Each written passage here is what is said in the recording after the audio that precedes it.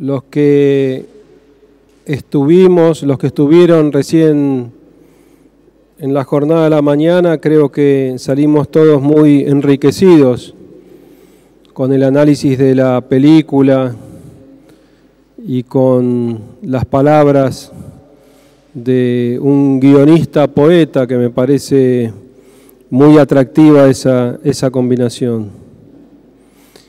La idea de esta tarde es comenzar acá con Fernando, un gran director argentino, un gran amigo, un extraordinario ser humano. Eso se valora mucho cuando alguien se va poniendo viejo. Y de la manera de Fernando evocar a un hombre fundamental de nuestra, iba a decir de nuestra literatura, pero digamos de nuestra cultura, como fue y como es Riccardo Piglia. Yo tuve la suerte de conocerlo a Piglia en distintos momentos y de trabajar junto a él en la etapa en la que me tocó conducir los destinos de la televisión pública argentina.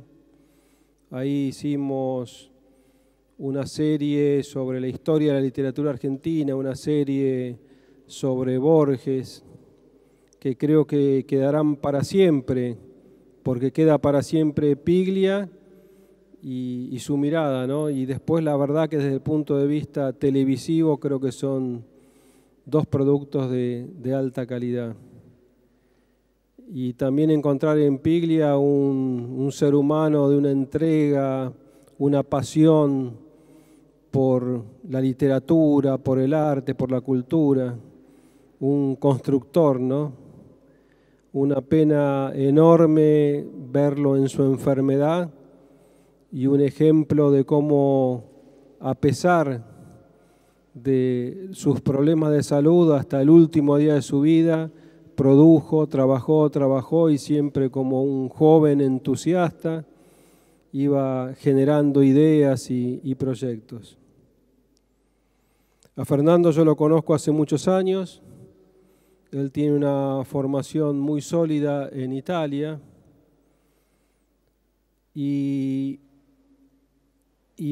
estamos acá en un encuentro de cine y literatura siempre muy marcado por esto de la literatura, ¿no? Sus primeros trabajos, sus primeras obras están también vinculadas a la adaptación y de un hombre de una talla extraordinaria como fue Julio Cortázar. Y tuvo la suerte, también uno encuentra esa suerte cuando está creando, de trabajar en su primer largometraje junto a Piglia y juntos hacer La Sonámbula. Y de eso vamos a hablar un poco en el día de hoy. También trabajó con un texto de otro gigante de nuestra literatura como es Antonio Di Benedetto. En pocos días más va a llegar a la pantalla una de sus grandes novelas, Ama, y Fernando adaptó un cuento profundo, extraordinario, y lo hizo con enorme calidad al hacer Abayay, no me acuerdo de qué año es Abayay. Abayay del año 2011, una película que tuvo un gran reconocimiento no solamente aquí en la Argentina, sino un reconocimiento internacional. Di Benedetto es otro de los gigantes de la literatura, ¿no? Y esas historias trágicas que tiene nuestro país, un hombre perseguido por la dictadura militar, un hombre que fue preso de la dictadura. Él no comprendía bien por qué había sido llevado a la cárcel durante más de un año. Y cuando intentó preguntar en el momento que le libraban por qué me pusieron preso, digo, no solamente no le vamos a explicar, sino que tiene que ir rumbo al exilio. Y un exilio muy doloroso. Y después les recomiendo que lean una crónica cuando él vuelve del exilio y con un gigante de nuestra literatura, casi sin reconocimiento, va a buscar trabajo, creo que era en el diario La Razón, lo reciben 2 periodistas y por supuesto lo primero que hacen es valorar su obra, destacar su trabajo literario, y él les dice: no vengo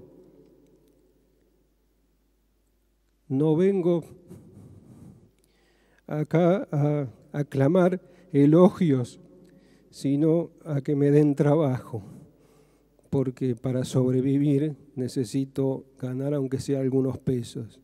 Y en el final de su vida se transforma en crítico literario y de espectáculos. Otras historias de vida realmente dolorosas de nuestro país, ¿no?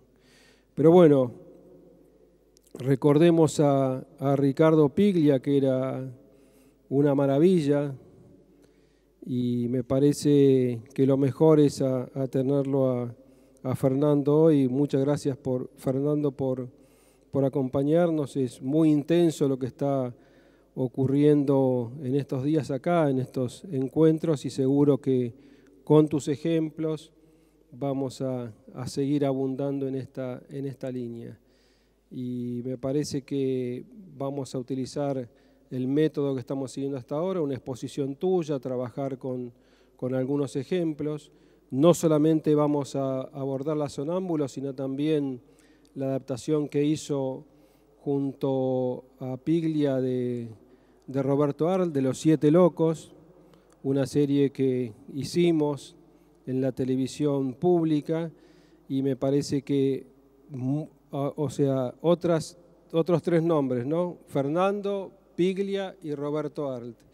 Y abrir un poco el análisis que estamos haciendo. Ayer hablábamos de las nuevas tecnologías, bueno, un caso de una adaptación cinematográfica y otro caso de una serie para televisión. Muchas gracias, Fernando, por tenerte aquí. Hola, buenas tardes a todos. Bueno, muy agradecido por esta invitación de Tristán y también muy orgulloso de estar de alguna manera colaborando para este merecido homenaje a Ricardo Piglia. Para mí fue una suerte increíble haberme cruzado con Ricardo para escribir el guión de lo que fue mi primer película.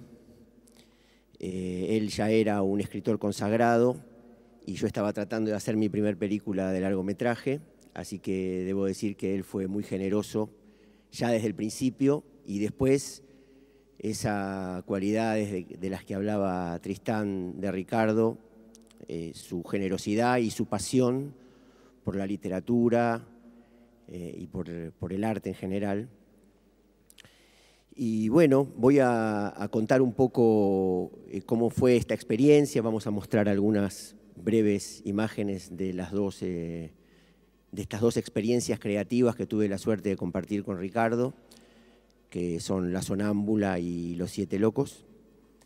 En La Sonámbula, el primer contacto que yo tuve con Ricardo fue a partir de una primera versión que yo había escrito de un tratamiento de una historia que era una historia original, pero que sin embargo cuando, aconsejado por mi padre, leí La ciudad ausente, encontré como ese mundo, ese contexto en el que podía suceder esa historia, y cuando lo fui a ver y le mostré lo que yo había escrito, realmente generó en él un entusiasmo muy grande e inmediatamente nos pusimos a trabajar.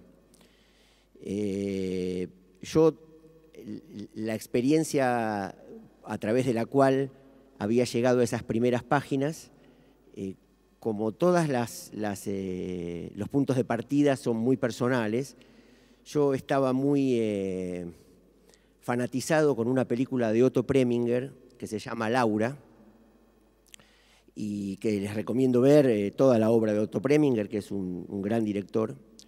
Y había escrito este primer tratamiento en donde la protagonista era una mujer, al igual que en Laura, y en donde había como punto de partida la idea de más de una dimensión de la realidad.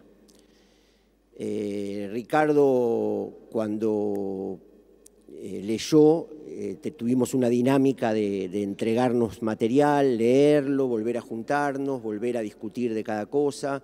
A través del mail teníamos también una ida y vuelta, fue un proceso aproximadamente de más de un año.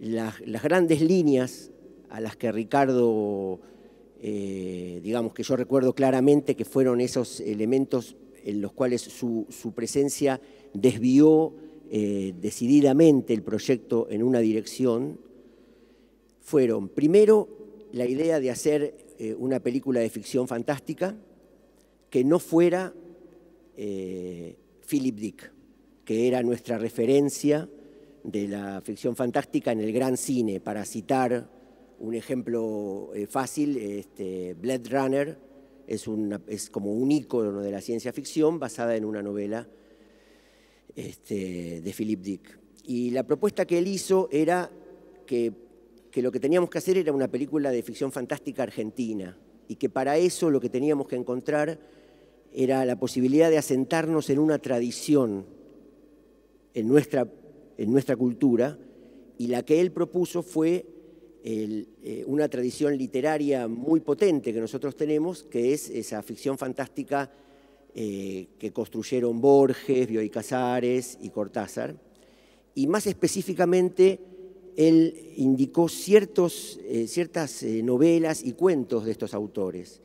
En el caso de Cortázar hablábamos de La noche boca arriba, que es un cuento donde un motociclista tiene un accidente y delira con ser un azteca que está por ser sacrificado, y el cuento lleva a un punto en donde no se sabe cuál es la realidad de las dos, digamos. De Borges, Las ruinas circulares, que es un cuento que seguramente todos conocen, donde una persona se descubre siendo soñada. Y de Bioy Casares, La invención de Morel, ¿no? O sea, un poco estas fueron las grandes líneas en relación al tema, y un poco una conclusión y una propuesta de Ricardo fue: la puerta a la otra dimensión tiene que ser el sueño, ¿no? Que es esa dimensión que tiene tanto de real como la realidad misma, y él insistió mucho en que el personaje que soñaba la historia tenía que traerse del sueño una prueba de la existencia real de esa dimensión.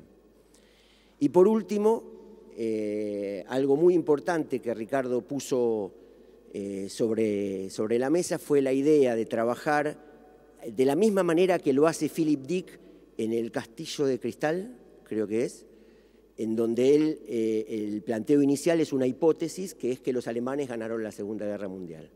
En este caso, la hipótesis era que los militares argentinos ganaron la Guerra de Malvinas, y que, aunque no se haga ninguna alusión al tema específico, sino que encontraron el modo de perpetuarse.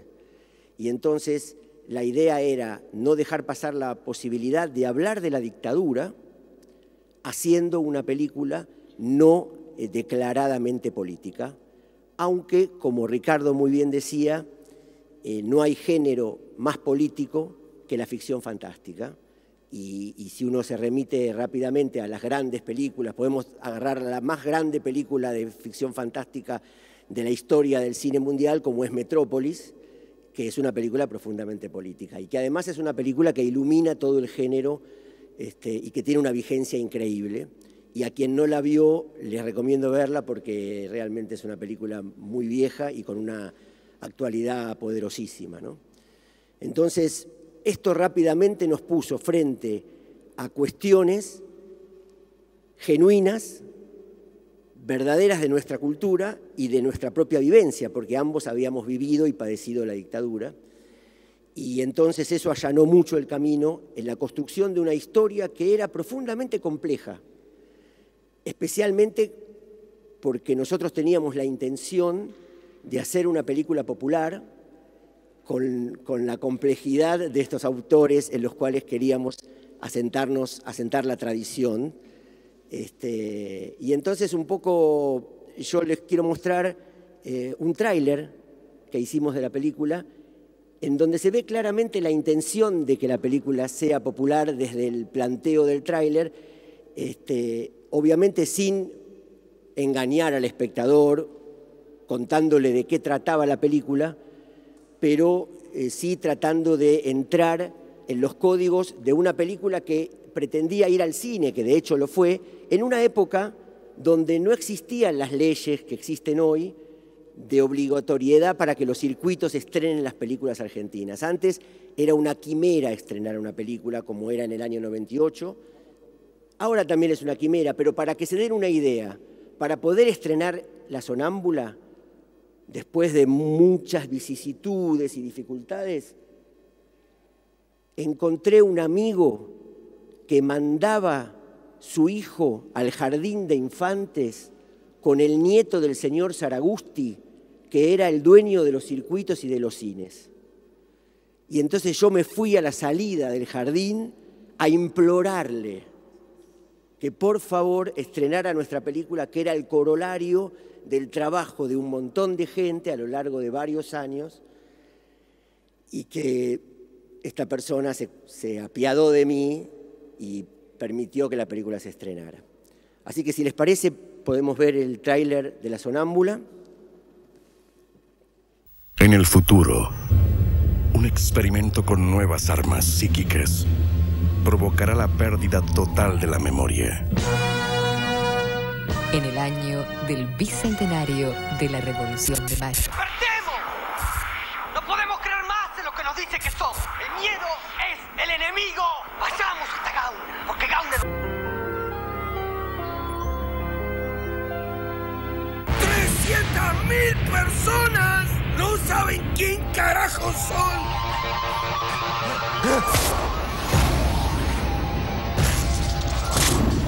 La Sonámbula. Recuerdos del futuro.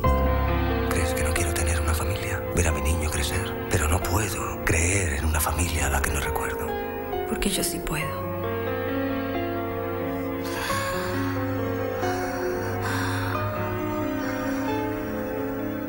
Puedo ver tus sueños, pero necesito que me ayudes a comprenderlos.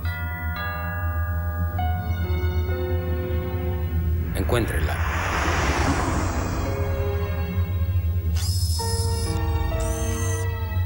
Un enigmático viaje hacia el interior de la mente, donde una nueva revolución se está gestando.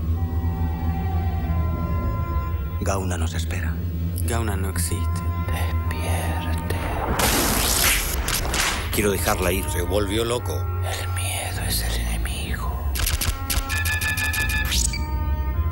Salgan. Salgan. Vengan a mí.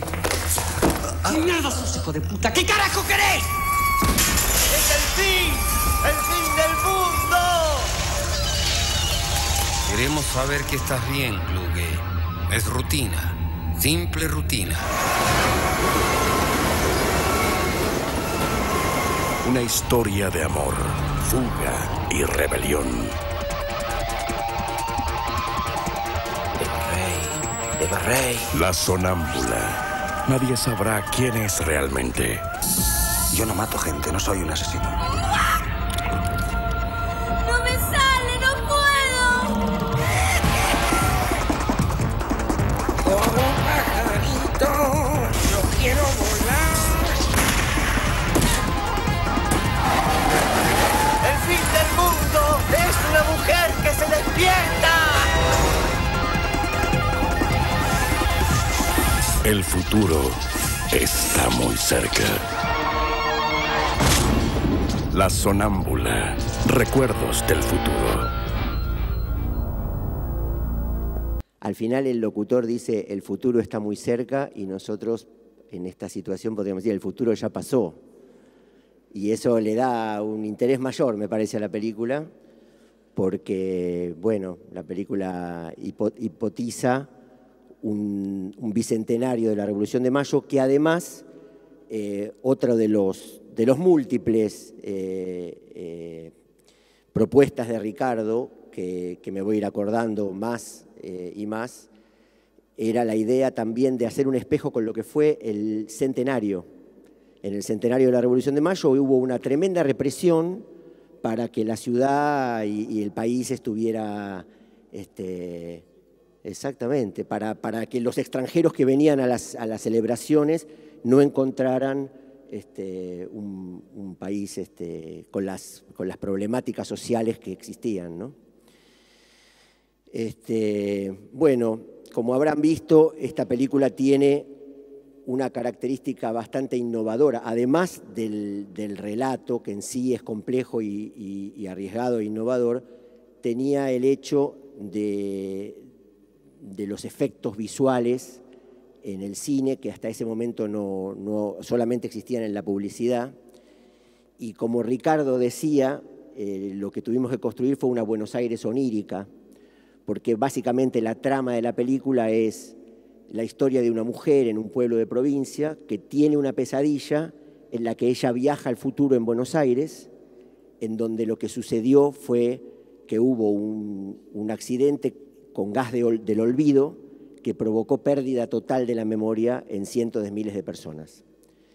Y ella es confundida con esos afectados y empiezan a estudiar su mente, porque los mecanismos de control tienen un nivel de sofisticación muy grandes, y el científico que la investiga descubre que la realidad está siendo soñada por ella. Por eso él dice: el fin del mundo es una mujer que se despierta, porque si ella se despierta, ese mundo se termina.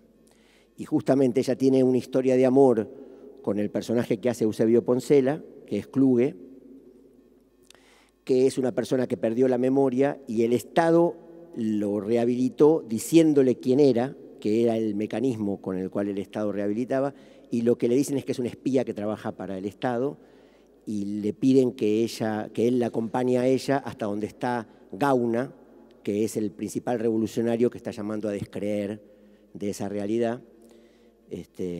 Y cuando ellos están yendo, él descubre esto, por eso la buscan, y finalmente él, por amor a ella, pasa a la realidad de ella. Y es la prueba de la existencia de ese mundo, de la realidad de ese mundo, ¿no?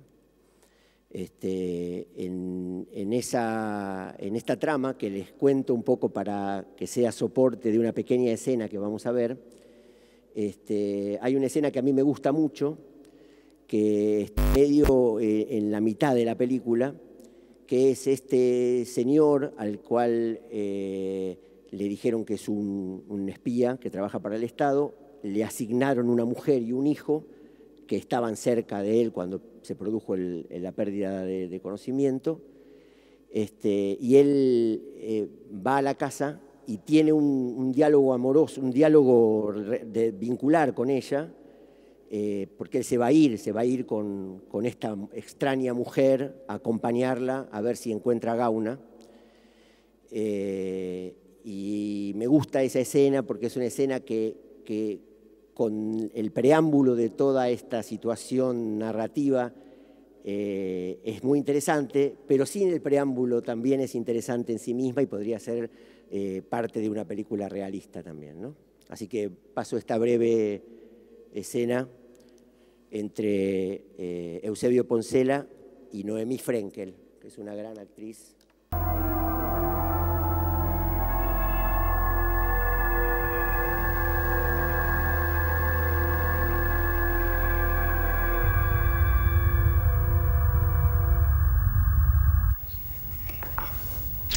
Bueno, basta. A dormir. A ver, pijamita. Eso, muy bien. Es que no tengo sueño. Vamos a la cama. Adentro. Eso. Eso, muy bien. Buenas noches.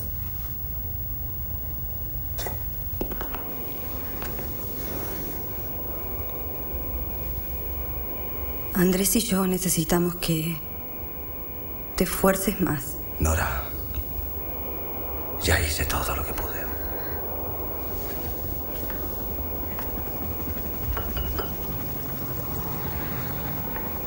¿Ya te diste por vencido?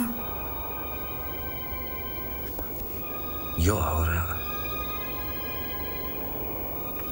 no sé si quiero creer en nosotros.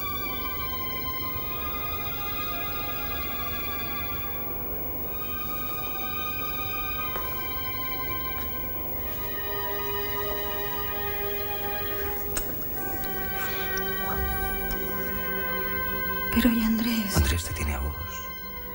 Estaban juntos cuando los encontraron. Quizá no se acordaban el uno del otro, pero estaban juntos. Pero yo ni siquiera sé de dónde soy. ¿Crees que no quiero tener una familia? Ver a mi niño crecer. Pero no puedo creer en una familia a la que no recuerdo. Porque yo sí puedo. Quizá tu amor sobrevivió al olvido.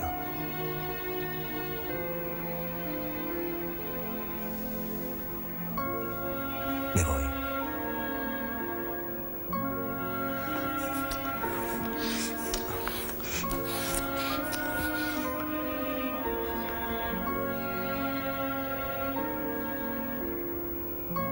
¿Vas a volver?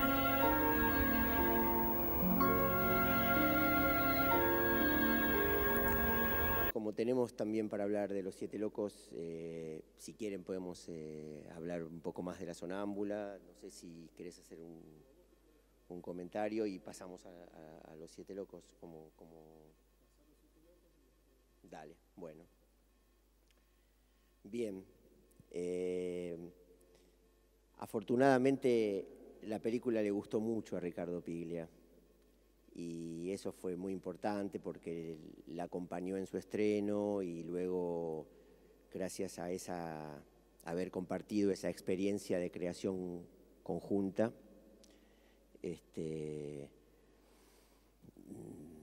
pudimos también establecer un vínculo de amistad y compartir otras experiencias. Y él eligió la película junto con Plata Quemada, que también es una película que fue adaptada por Marcelo Piñeiro de su novela Plata Quemada, y la ópera que hizo Gandini de La Ciudad Ausente, y la novela gráfica que dibujó Scafati con adaptación de Pablo de Santis de La Ciudad Ausente. Así que también eso fue una experiencia muy linda de compartir un homenaje que se le hizo en España, en Madrid, a Ricardo, en donde él abrió un poco con su habitual generosidad este homenaje a todos los que habíamos participado en relación a sus obras. Y bueno, y muchos años después recibo la convocatoria de participar de este proyecto ambiciosísimo como fue llevar Los Siete Locos y Los Lanzallamas, porque son las dos novelas de Roberto Art. Yo ya había quedado muy impresionado con Borges por Piglia, que comparto los comentarios de Tristán al respecto. Creo que es una de las, está en la cima de las mejores cosas que se hicieron en la historia de la televisión argentina, en donde se puede ver a un Piglia apasionado por nuestra literatura, con todos sus dotes de profesor, como él lo era en la universidad, y a su vez con la pasión y el amor que la obra de Borges y la persona de Borges le producía, y que realmente fue un producto increíble, que todavía se sigue pasando en aerolíneas argentinas, si uno lo busca. Y que hace poco creo que volví a verlo en Encuentro también, realmente extraordinario, y era un devoto del programa, así que cuando recibo el llamado para sumarme a este proyecto, la verdad que fue espectacular. Hicimos un proceso de adaptación conducido por Ricardo, del que participaron Trimboli, que es un historiador, María Pía, que estaba a cargo del Museo de la Lengua, los productores, Gabriel Reches y Alejandro Montalbán, Ana Peterbar, que fue codirectora, juntos dirigimos la serie, y yo, y bueno, fue una experiencia de varios meses con emociones encontradas. Por un lado, la posibilidad de estar y de escucharlo a Ricardo hablando de la obra de Roberto Art con amor y conocimiento profundo. Creo que un poco ese amor y ese conocimiento nos empujó sobre todo a que todas las decisiones que tomamos para llevar la serie al formato para llevar las novelas al formato de serie televisiva, surgieron de la misma obra. O sea, surgieron del análisis de la obra y salieron de ahí. Y por otro lado, las emociones encontradas eran porque era maravilloso poder estar ahí, pero este fue el periodo de deterioro de Ricardo, del deterioro de salud, entonces también fuimos de algún modo testigos de ese rápido deterioro que él fue teniendo por la enfermedad que tenía, y entonces estaba todo atravesado por la alegría de participar y por la tristeza de lo que sucedía, ¿no? Él condujo esta adaptación, a la que también se sumó Leo D'Agostino y 7 guionistas más, porque realmente era una tarea titánica. Y debo decir, yo tuve oportunidad de hacer varios trabajos en televisión. Había hecho Zona de Riesgo a principios de los 90 y hasta dirigí una telenovela y también 120 capítulos y también dirigí varias series, pero debo decir que en esta oportunidad es la experiencia que siento más como televisión de autor. Creo que es la única que siento como televisión de autor, aunque estaba haciendo la obra de un gran escritor adaptada por otro gran escritor. Sin embargo, sentí una autoría y quiero destacar con sinceridad total que en ese sentido la actitud de Tristán y de Bonavetti, que estaban en el canal en ese momento, fue fundamental porque fue de absoluta confianza, de apoyo y de apoyo a una experimentación que nosotros hicimos en la televisión pública, que fue jugada, fue osada, y siempre sentimos ese apoyo y ese respeto y ese acompañamiento, en donde, bueno, háganse cargo de lo que están haciendo, nosotros los vamos a apoyar, no vamos a... que eso es muy difícil de encontrar en un directivo de un canal, que era el lugar que ellos tenían, y en ese sentido la verdad es que estoy muy agradecido y creo que fue fundamental esa actitud. La actitud de los que conducen marca el camino de los que vamos atrás, y en este caso fue muy importante.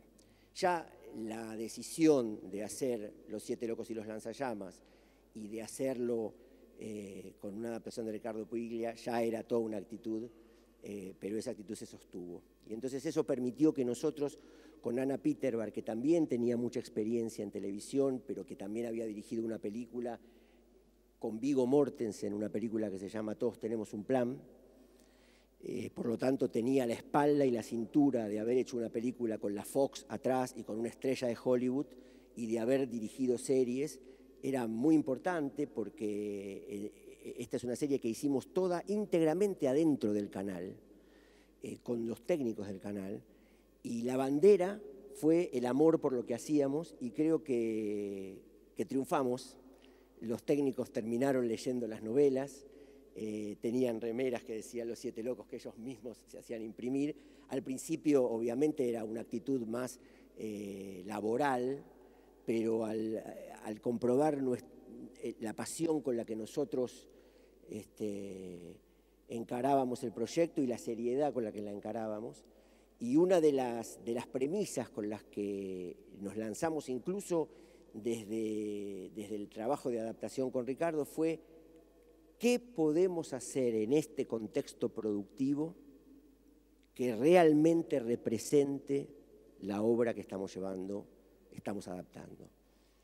Y creo que encontramos un camino, y que ese camino surgió de la obra, de entender profundamente la obra, de entender profundamente el poder anticipatorio que tiene Los Siete Locos y los Lanzallamas. Realmente, si hoy ustedes lo vuelven a leer, muchísimas cosas de las que se dicen están en el guión de la realidad de hoy. Por lo tanto, creo que esa es una de las grandes potencias de la obra de Art, su capacidad de anticipar en los años 30 las cuestiones políticas y sociales que después vinieron. Y bueno, fue una experiencia notable porque ya el punto de partida hizo que todos los actores quisieran participar, tuvieran disposición a participar. Además, Los Siete Locos está en el imaginario del mundo de los actores porque se han hecho muchas puestas y entonces eso permitió que los grandes actores que convocamos vinieran a sumarse a una reflexión con conocimiento de la obra. O sea que realmente Roberto Art estaba presente permanentemente y no solo íbamos a los guiones, sino que íbamos a la obra. Diego Velázquez, el protagonista que hace de Erdosain, realmente creo que nunca tuve la posibilidad de reflexionar en una situación de tanta paridad con los actores como en esta ocasión, porque realmente en el caso de Diego conocía la obra y tenía todo súper estudiado y entonces a veces nos preguntábamos cosas y él iba a sus apuntes y rápidamente surgía una reflexión. Creo que fue incluso uno de los proyectos de los que participé más reflexivo y en ese sentido es muy agradecido para quien conduce un proyecto como es el director poder establecer vínculos donde las ideas crecen en la comunión y en el intercambio y sumarnos a un concepto que personalmente yo tengo muy marcado de cómo se construye una película o una serie de ficción que es un producto de creación colectiva, en donde hay un conductor, que es el director, pero que sin duda es un proyecto de creación colectiva con los guionistas, con los productores, con el director de fotografía, con el director de arte, escenógrafos, iluminadores, etcétera, etcétera, etcétera. Y en este caso realmente fue una experiencia muy en esa línea, ¿no? Si quieren podemos ver un tráiler de Los Siete Locos, ¿les parece?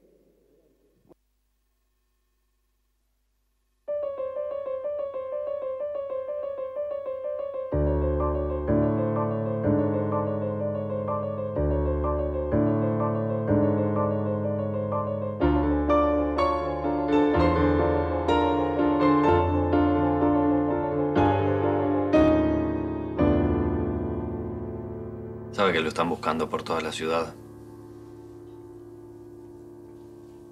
¿Por qué? Legueta, robé 600 pesos con 17 centavos de la azucarera. Estoy a un paso de ir a la cárcel. Raja, turrito. Raja. Tiene tiempo hasta mañana a las 3. Soy como un espectador de mí mismo que se pregunta ¿cuándo aparecerá el coraje? Estoy orgullosa del hombre con el que me casé.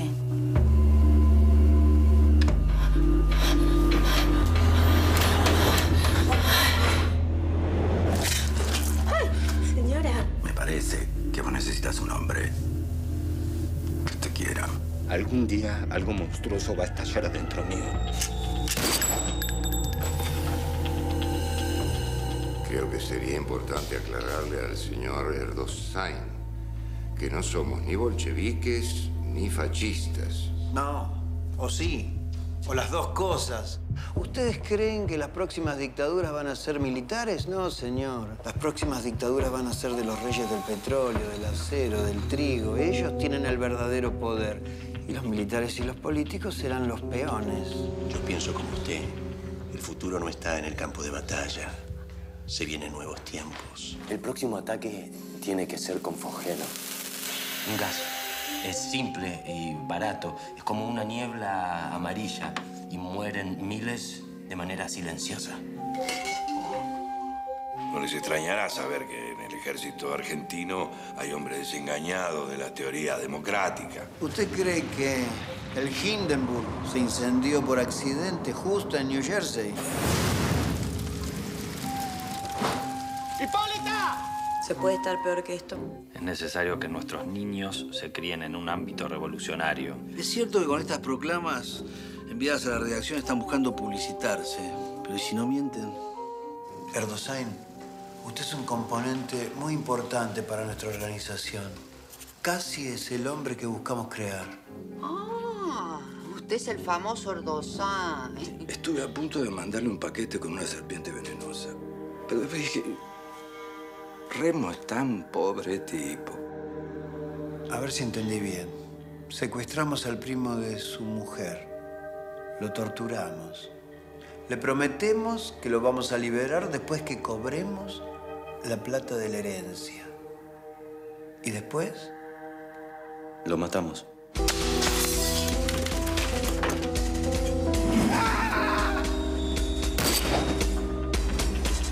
Ayer uno de mis hombres encontró a Aurora. Es una suerte porque ya estábamos extrañándola. En el mundo hay dos clases. ¿Dos clases de qué? Dos clases, dos castas, dos razas. La primera... No, esa no importa, está perdida. Solo a través del crimen puedo afirmar mi existencia. Así como el mal solo puede afirmarse a través de la presencia del hombre en la tierra. Bueno, cuénteme cómo empezó todo. De aburrido nomás.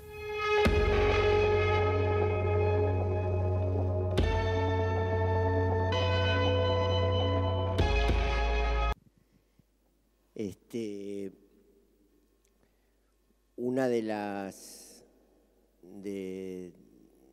las cuestiones importantes para la realización de la serie fue esta idea de que en todos los fondos, de que conviviera la construcción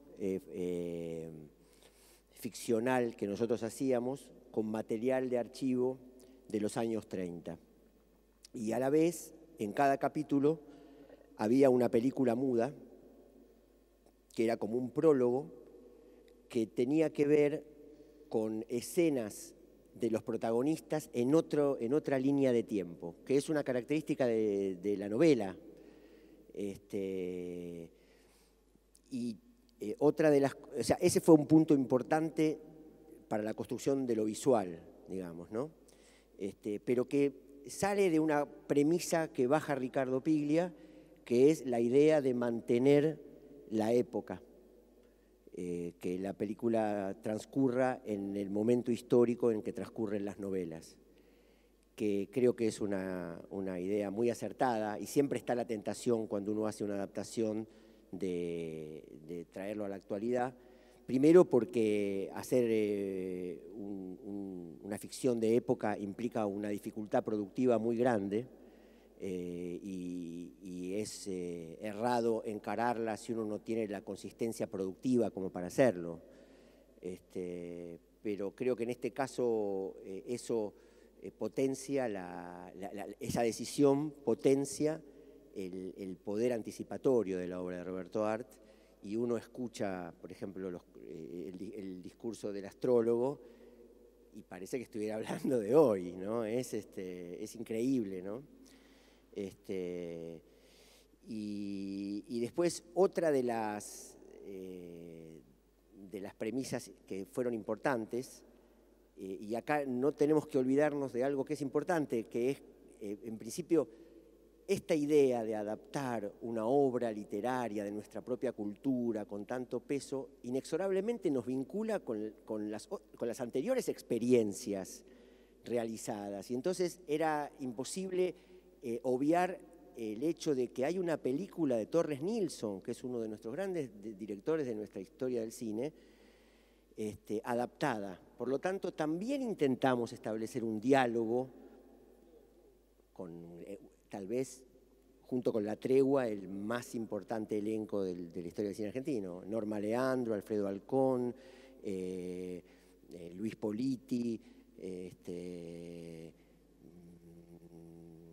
José Slavin, etcétera, etcétera, etcétera. el mismo director que nombré recién de La Tregua, Sergio Renán, que hace el rufián melancólico.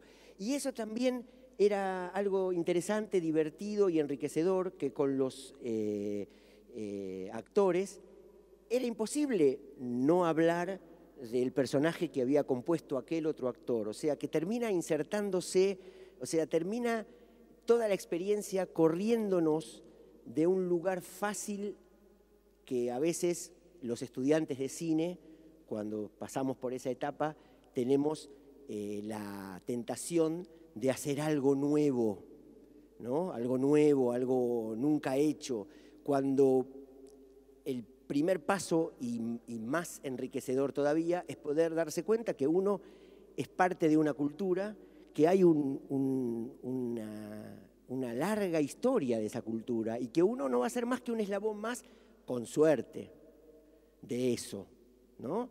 Entonces, poder ver esas otras cosas y poder dialogar con todo eso creo que es mucho más rico que intentar hacer algo original en sí mismo, ¿no? Y en ese sentido todo nos empujó a eso. Entonces, realmente cuando hablábamos con Fanego, hablábamos de Renán, cuando hablábamos con el astrólogo, con Carlos Belloso, hablábamos de José Slavin. O sea, y eso no quería decir para parecerse a eso, sino para aprovecharse de una experiencia ya existente que es la clave de cualquier reflexión que intente construir y avanzar, aprovechar la experiencia existente y poder potenciarla, ¿no? Y bueno, decía que otra de las premisas importantes para la adaptación, que no lo tenía la obra de Torres Nilsson, la película, era el hecho de que un poco en Los Siete Locos, con notas al pie, aparecen comentarios del comentador, que es claramente Roberto Art, ¿no? Y después, en Los Lanzallamas, ese comentador empieza a tener un protagonismo mayor, incluso termina un poco enredado en la cuestión. Entonces nosotros, a diferencia de la experiencia de Torres Nilsson, intentamos escenificar eso, llevar eso, o sea que toda esta historia, de hecho, se ve en el tráiler, empieza cuando todo termina, con este asesino buscado por la policía, que va a refugiarse a la casa de un periodista con el que seguramente tuvo un vínculo y por eso va ahí, y le relata la historia.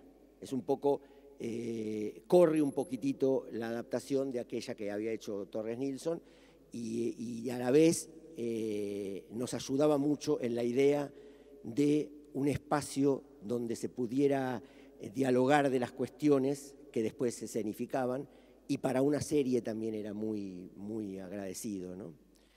Yo hice una selección de una escena del principio de la serie que un poco plantea la idea del recurso formal, del recurso visual, y ya la asienta, que es esta idea de los fondos de época que construyen la época, pero que a la vez declaran la teatralidad. Porque, bueno, vos estás viendo a un tipo en colores y atrás ves a través de la ventana la ciudad en blanco y negro, y es obvio que no intenta ser Selig para nombrar la película de Woody Allen, que es extraordinaria, pero que es un documental apócrifo que transcurre en esa época. Acá hay algo de teatralidad que de algún modo delata el artificio deliberadamente, pero que sorprendentemente para nosotros no atenta de ninguna manera contra la construcción ficcional, sino que la apoya, digamos, ¿no? Así que elegí una primera escena en donde también hay un pequeño monólogo de Erdosain en el cual de alguna manera plantea el gran conflicto que él lleva, ¿no? Así que si les parece la podemos ver. ¿Por qué el astrólogo? ¿No había otras opciones? ¿Qué importa? El hombre que sufre una desgracia busca consuelo en el Dios que se la provocó. ¿Tiene sentido eso? Esto tampoco. Pero los 600 pesos los robó usted. La desgracia no la provocó el astrólogo. Si fui a ver al astrólogo fue porque creí que él podría llegar a salvarme. ¿Y lo salvó? Cuando hablo de salvar, hablo de actos que lo mantengan a uno a salvo de todo. Pequeños actos que puedan salvar a la humanidad. No hablo de 600 pesos con 17 centavos.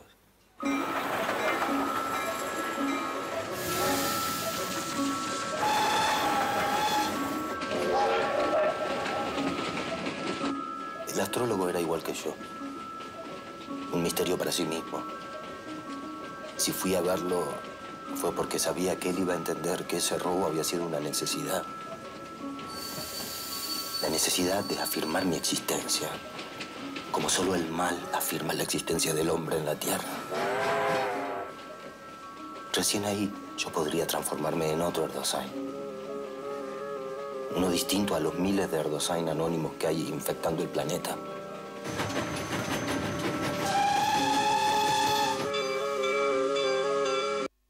Antes de comenzar con la serie de preguntas, quería que nos hagas una reflexión. Vos trabajaste con Piglia en un proyecto cinematográfico y en un proyecto televisivo, con una unidad temporal como es un largometraje y con un trabajo secuencial como es una serie. En este sentido, ustedes o vos en particular, ¿han encontrado una distinta manera de trabajar en códigos como es el cine o como es la televisión y un serial de televisión?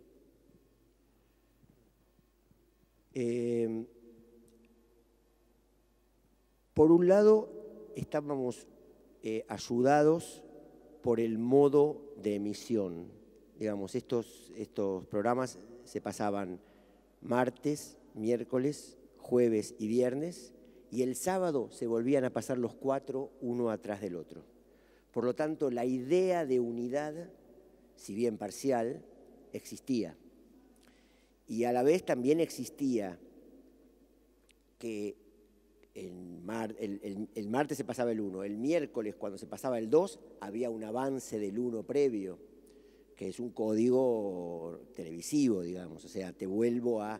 Entonces eso también nos permitió no ser reiterativos como generalmente es la televisión, porque sabíamos que al principio de cada capítulo iba a haber un recuerdo, o sea, no había necesidad de decir como cuando yo te dije antes para que el espectador recordara, porque el espectador ya se lo colocaba en ese lugar.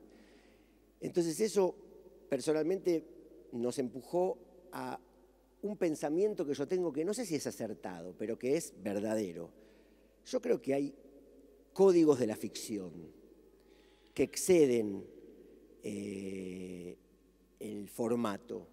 O sea, a mí me parece que 2 o 3 personajes en una situación, acción dramática, puesta en escena, maquillaje, vestuario, escenografía, diálogos, movimiento de los actores en el cuadro, movimientos de las cámaras, puesta de cámara, edición, música, sonido, efectos, todos esos son elementos que se comparten entre una ficción televisiva y una ficción cinematográfica. Sin duda la clave está en lo que decía Tristán, la unidad del relato, que vos te sentás y te cuentan una historia que tiene un planteo, un desarrollo, un clímax y un final en ese periodo, y en este caso era a lo largo de 2 o 3 meses. Nosotros intentábamos que cada capítulo tuviera un planteo, un desarrollo y un clímax que a su vez no cerrara, que eso sí es código televisivo, y dejara la expectativa para lo que seguía. Pero a la vez debíamos estar atentos a que eso después el sábado se pasaba uno atrás del otro y que también pudiera ser funcional a ese esquema. Así que bueno, no sé si encontramos una respuesta única a la cuestión, sí nos lo planteamos y lo pensamos y buscamos por este lado. Bueno, iniciamos las preguntas. Mi pregunta es en base a, bueno, cuando vos te referís a la ficción fantástica argentina, sobre todo pienso en las películas de Hugo Santiago y sobre todo Invasión.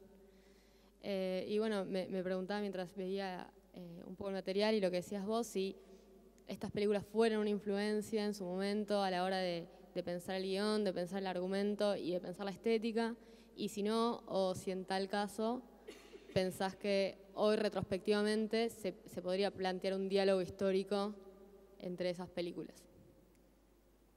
Sí, absolutamente. Invasión era una película que cuando empezamos a escribir con Ricardo a mí me había interesado muchísimo y también a él. Por lo tanto, sin duda, fue una referencia, fue parte de esta tradición.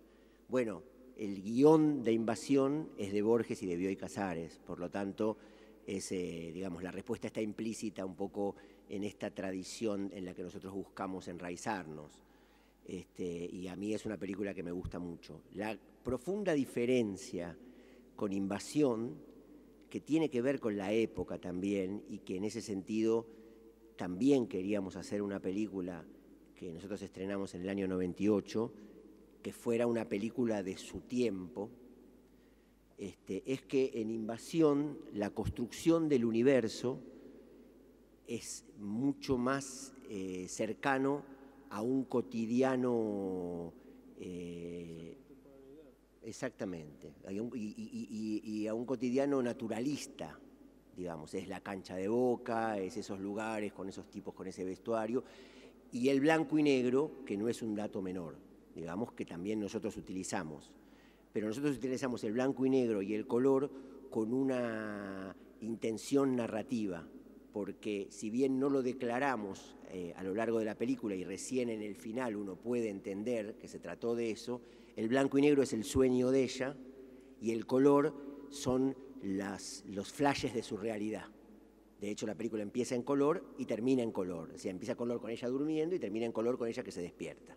Y el mundo de Saavedra, que es el pueblito donde ella vive, es en color. Pero sí, absolutamente, absolutamente. Hablábamos de eso, incluso jugábamos con eso, en el hecho de que los guionistas de Invasión habían sido Borges y Bioy Casares, y sin duda que Invasión es una película importante dentro de lo que es la pequeña historia de la ficción fantástica en el cine en Argentina, ¿no? Y Hugo Santiago es un gran director, y en esa película especialmente, creo que es la única película fantástica de Hugo Santiago, porque Las veredas de Saturno es una película más política. No vi la última, así que sí, decididamente fue así. Quería hacerte una pregunta que, siendo Piglia alguien que ocupó mucho de su escritura a labor teórico sobre la literatura y también reflexionó mucho sobre el cine, ¿cómo jugó a la idea de, en el momento de hacer las adaptaciones, las ideas teóricas, o si hubo, digamos, una especie de intervención de ideas teóricas sobre la literatura y el cine en el proceso de adaptación? Bueno, éramos nosotros trabajando, por lo tanto todo eso era un permanente, era parte de la dialéctica del crecimiento del proyecto y del guión. Para mí fue como un máster, como hacer un máster con alguien que se ponía así, y no solo se ponía así, sino que Ricardo siempre tenía claro cuando estábamos trabajando en el guión de La Sonámbula, que él era el guionista de una película que yo iba a dirigir. Entonces se colocaba siempre en ese lugar, o sea, con la idea de que las cuestiones que nosotros decidiéramos fueran cuestiones que a mí me pegaban, que eran genuinas, y no que yo terminara aceptando una idea de él porque era Piglia, pero que la que yo no pudiera creer, digamos, o no pudiera sumarme con verdad, que es lo más difícil de lograr en una película. Es difícil tener verdad entre las manos y poder plasmarla, porque una de las cuestiones más complejas para un director, por lo menos me parece a mí, es adquirir la convicción de lo que uno va a hacer. Y generalmente eso es el corolario de un proceso. En este caso tuve la suerte de estar acompañado por Ricardo, y poder descubrir convicciones que no sabía que podía llegar a tener.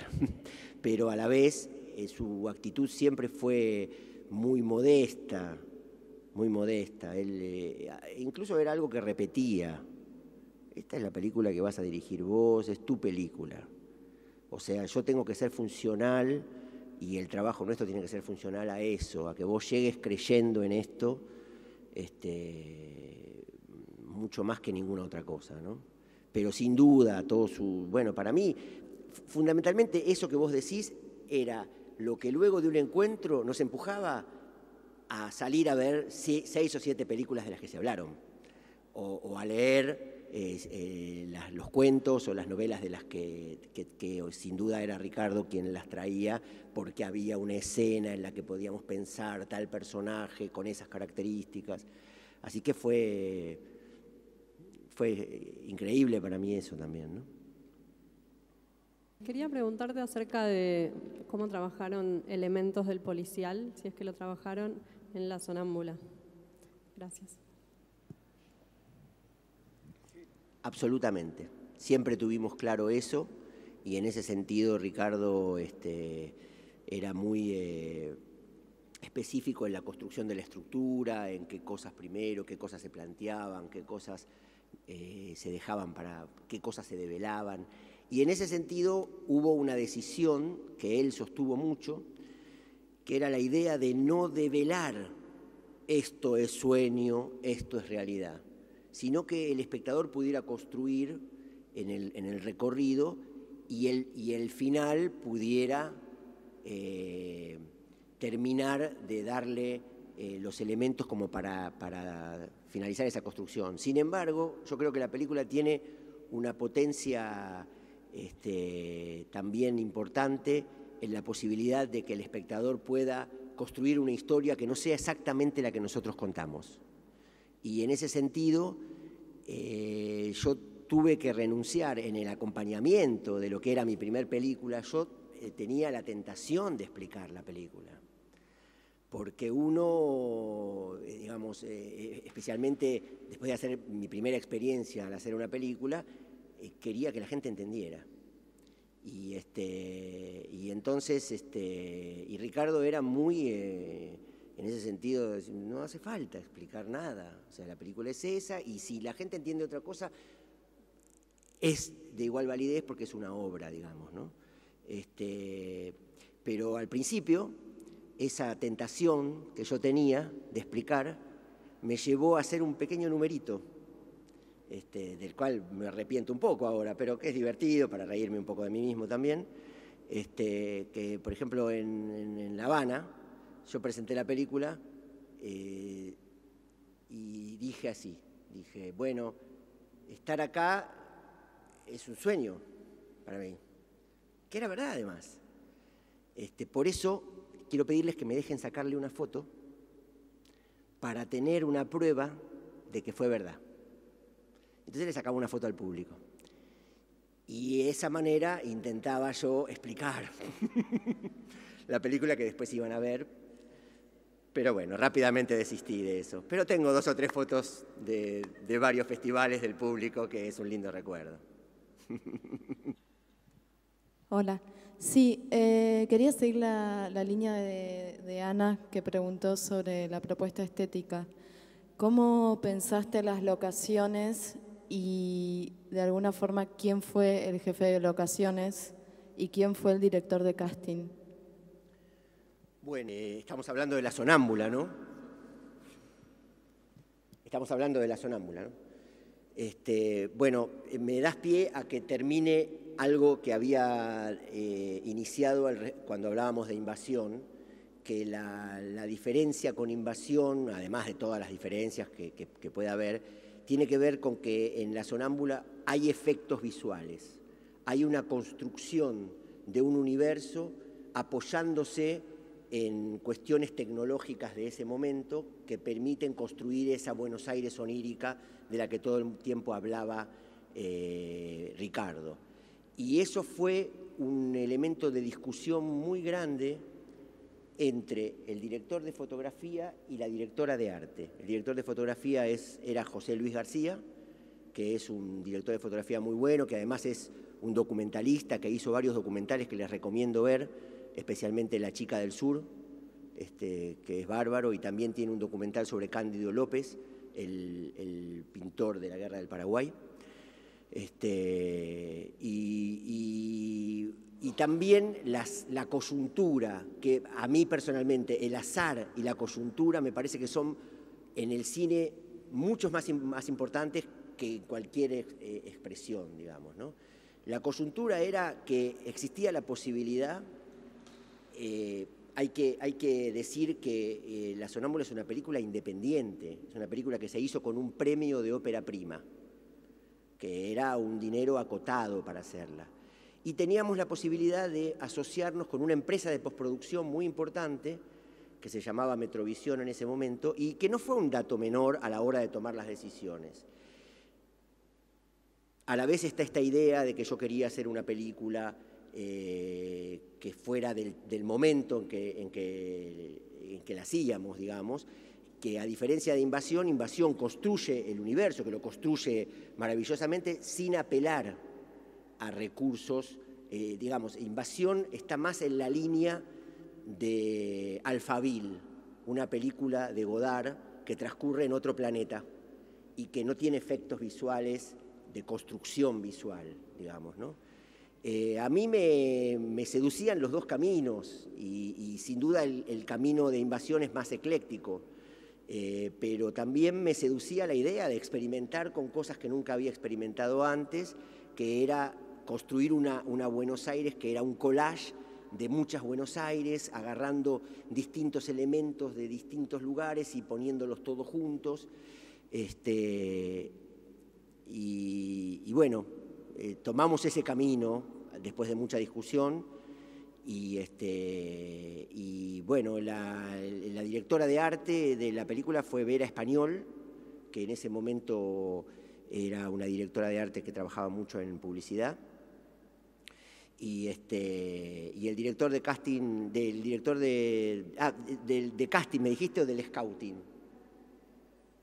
Bueno, las locaciones era un amigo que falleció, que se llamaba Bilotti, y la directora de casting fue Norma Angeleri, que es una directora de casting muy conocida ahora, que era una amiga que hacía su primera experiencia, había hecho su primera experiencia en una serie que yo había dirigido previamente a La Sonámbula, que se llamó Bajamar, que es una serie que escribimos junto a Fabián Bielinski y a Pablo de Santi, filmada en Gesell, que es mi pueblo, también que tuvo un gran elenco y fueron 4 capítulos, también con José Luis García y con la dirección de arte de Jorge Ferrari, que es uno de los directores de arte más importantes que hay en la Argentina, con una gran cantidad de películas muy buenas. Creo que es el director de arte de Plata Quemada, efectivamente.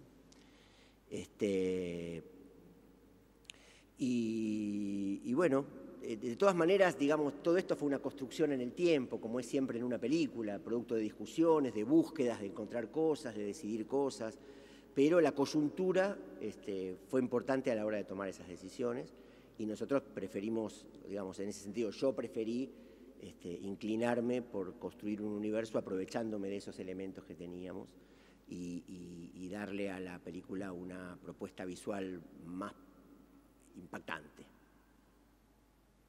¿Tuvieron que rescindir algo del presupuesto teniendo en cuenta que los efectos son mucho más caros?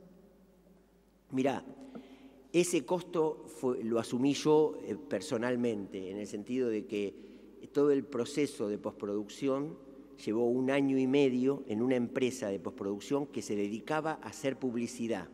Por lo tanto, en los ratos que tenía entre publicidad y publicidad, me llamaban y yo iba y trabajaba 2 o 3 horas y además asumí el costo de que trabajé en esa época los equipamientos eran equipamientos mucho más caros, se trabajaba en un Flame, en un HAL y en un Edit Box, que eran equipos carísimos y a los que lo operaban eran artistas de Flame y tuve varios, fueron cambiando en el transcurso del tiempo, y mantuve yo, digamos, tampoco el director de arte, la directora de arte me pudo acompañar, porque en general una película es un proceso que lleva muchos años y en donde el director es acompañado por distintos colaboradores que van cambiando según el proceso, y en este caso, bueno, al final terminé solo haciéndolo, ¿no? Pero por lo menos yo podía trabajar en que todo tuviera una coherencia, que eran distintas personas las que trabajaban, y por eso, digamos, digo que lo asumí yo personalmente, porque estaba yo dispuesto a hacerlo, porque bueno, porque como sucede con el cine en la Argentina, era mi proyecto de vida, y entonces se corría un poco de lo industrial, era como un logro casi personal poder terminar la película, ¿no? Bueno, muchísimas gracias, Fernando. Vamos a darle la despedida a Fernando. Hacemos un espacio de 10 minutos. No nos vamos a despedir de Piglia porque les vamos a pedir a Marcelo Piñeiro y a Marcelo Figueras que antes de sumergirse en el proyecto Kamchatka, que es el que van a abordar fundamentalmente, recuperen un poco su experiencia con Plata Quemada. Fernando, querido, muchísimas gracias.